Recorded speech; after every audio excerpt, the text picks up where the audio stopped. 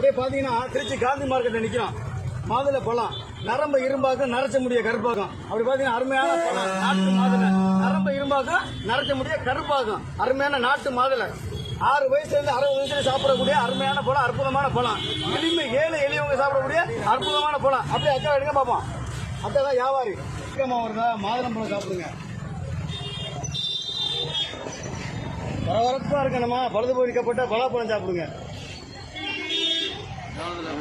கிருக்கிருந்து வருதா கிண்ணி பழம் சாப்பிடுங்க. பட்டார் முட்டார் திட்டார்னு குசு விடுறீங்களா? பூண்டு முறையான பூண்டு, நாட்டு பூண்டு, நல்ல பூண்டு, நறுக்கு நறுக்கு பூண்டு.